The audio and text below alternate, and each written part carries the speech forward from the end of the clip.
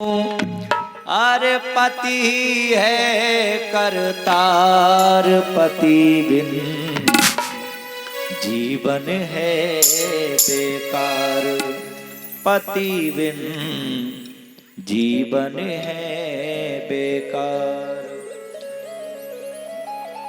पति बिना जग कुछ भी नहीं है, पति बिना जग कुछ भी नहीं है ये नरक समान, पति बिन जीवन है बेकार।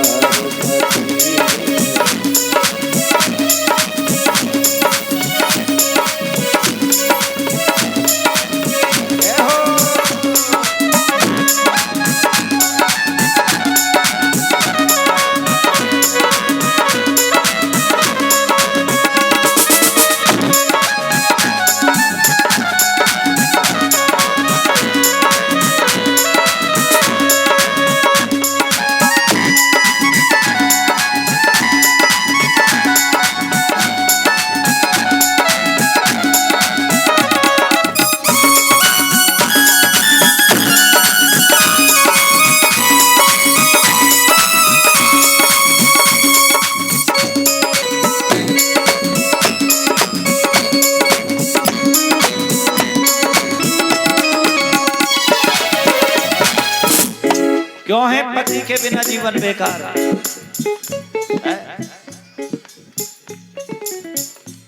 वो देवियां, वो स्त्रियां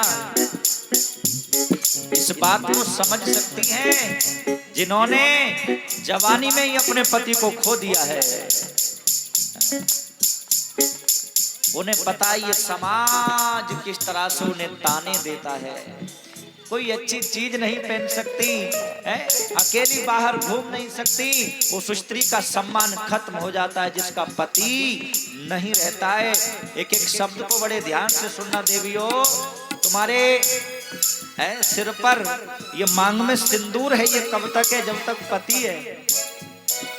माथे पर बिंदिया सजाई है, कब तक है? जब तक वो जीवित है। भले ही चाहे तुम्हारी लड़ाई है उससे, भले ही दुश्मनी चल रही है, 6 महीना 6 साल से बोली नहीं हो, लेकिन तुम्हारा अधिकार है श्रृंगार करने का, क्योंकि जीवित है ना। हाथों पर मेहंदी कब तक? जब तक पति है। पैरों पे महावर, पायों में बिछिया कब तक? जब तक तुम्हारा पति है। वही दुश्मन पति, वही शराबी पति खत्म हो जाए तो क्या स्त्री श्रृंगार कर सकती है? बोलो, नहीं कर सकती।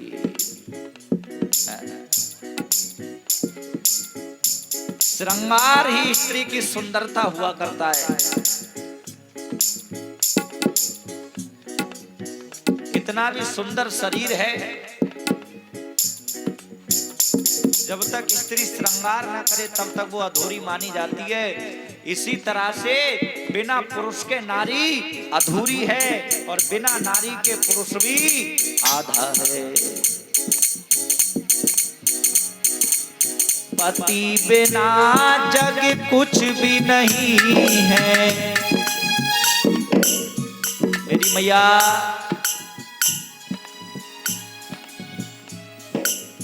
पति बिना जग कुछ भी नहीं है। अरे सब जग धूल समान, पति बिन जीवन नरक समान।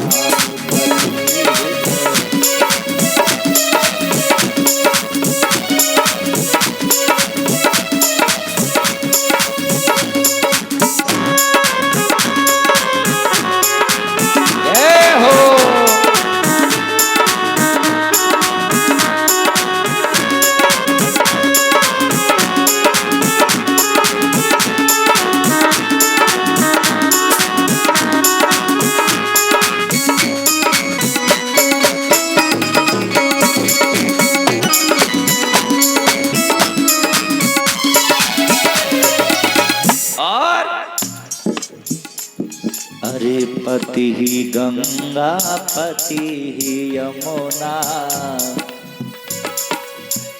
देवियों, जब तक पति जीवित है कोई जरूरत नहीं है तुम्हें गंगा यमुना जाने की, है ना। क्योंकि अनुसुईया ने अपने पति की सेवा करके, अपने पति को ही परमात्मा समझ करके भगवान को बच्चा बना लिया था। उसने भगवान को कुछ समझा ही नहीं, उसने पति को ही परमात्मा समझा, है ना। पति परमेश्वर भवति, पति ही स्त्री के लिए परमात्मा के समान होता है। आजकल क्या है, पति से 6 साल से लड़ाई चल रही है, दुश्मनी चल रही है, और पत्नी रोज भोले बाबा पे जल चढ़ाने जा रही है नियम से। अपने पति से दुश्मनी, भोले बाबा की पूजा हो रही है, मंदिरों में घूम रही है, अकेली सत्संग जा रही है। वो सत्संग, वो पूजा उस स्त्री की कभी लग नहीं सकती। इस बात को ध्यान से सुनना।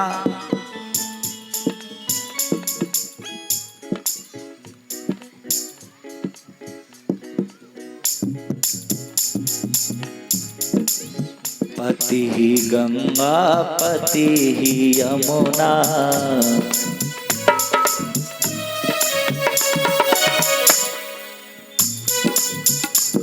अरे पति ही गंगा पति ही यमुना, पति ही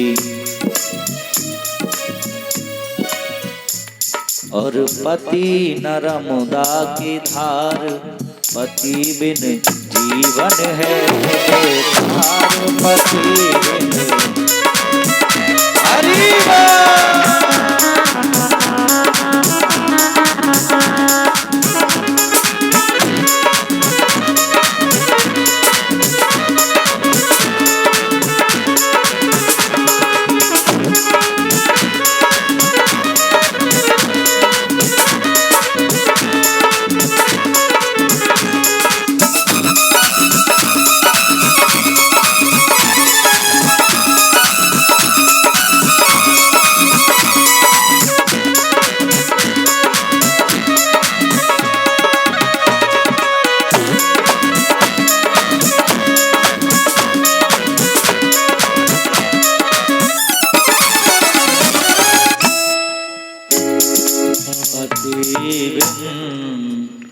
जीवन है बेकार, पति बिना जग कुछ भी नहीं है, अरे सब जग नरक समान, पति बिन जीवन है बेकार, पति बिन जीवन है बेकार। मेरी मैयाओं, उन मैयाओं से पूछो जो जवानी में ही अपने पति को खो चुकी हैं, कितने धक्का, कितनी परिस्थितियां, कितने ताने इस समाज के वो सहन करके जी पाती हैं। बुरा भी है तो वो संभल जाएगा एक ना एक दिन, विश्वास रखो, संभालने की कोशिश करा करो। और मैं तो कहूंगा पति और पत्नी दोनों के ही विचार अच्छे हों। पुरुष को भी ये भाव रखना चाहिए, क्योंकि भागवत में लिखा है यत्र पूज्यस्तेषु नारी रमन्ति तत्रेषु देवता, है यत्र पूज्यस्तेषु नारी रमन्ति तत्रेषु देवता। यानी कि जिस घर में स्त्री का सम्मान होता है, जिस घर में स्त्री को देवी का दर्जा दिया जाता है, उस घर में समस्त देवी देवता आकर के अपना निवास बना लेते हैं। उस घर में कभी लक्ष्मी, उस घर को छोड़ करके कभी लक्ष्मी जाती नहीं है। और जहां पी पी करके दारू पुरुष अपनी पत्नी को पीटता है, बदसलूकी होती है जहां नारियों के साथ, जहां नारियों को गालियां दी जाती हैं, जिस घर में स्त्री का सम्मान नहीं है, उस घर में कदापि मां लक्ष्मी का वास हो ही नहीं सकता। क्योंकि लक्ष्मी जो है ये स्त्री का रूप है। घर की लक्ष्मी दुखी तो वो लक्ष्मी कैसे आ जाएगी घर में। कुछ लोग होते हैं थोड़ी गुस्साई लाठी उठाई पत्नी को पीट लिया। कुछ तो कहते हैं स्त्री होती है पैर की जूती, पाए की जूती बताते हैं स्त्री के लिए। अरे भैया स्त्री पैर की जूती नहीं है बल्कि स्त्री सर का ताज होती है। क्योंकि स्त्री अगर पैर की जूती है तो पल भर में तेरी बनी बनाई इज्जत को मिट्टी में मिलवा देगी। बोलो स्त्री अगर कोई बुरा कार्य कर दे तो सबसे ज्यादा बदनामी किसकी है? पहले पुरुष की। तो उसे पैर की जूती मत समझो, उसे समझा करो अपनी इज्जत, अपने सर का ताज। स्त्री सर का ताज होती है, पांव की जूती नहीं होती है। जो लोग स्त्री को केवल पैर की जूती समझते हैं वो जीवन में कदापि तरक्की नहीं कर सकते, उनके घर में कभी लक्ष्मी का वास नहीं हो सकता। बोलिए वृंदावन बिहारी लाल की, बोलिए कन्हैया लाल की जय। वृंदावन बिहारी लाल।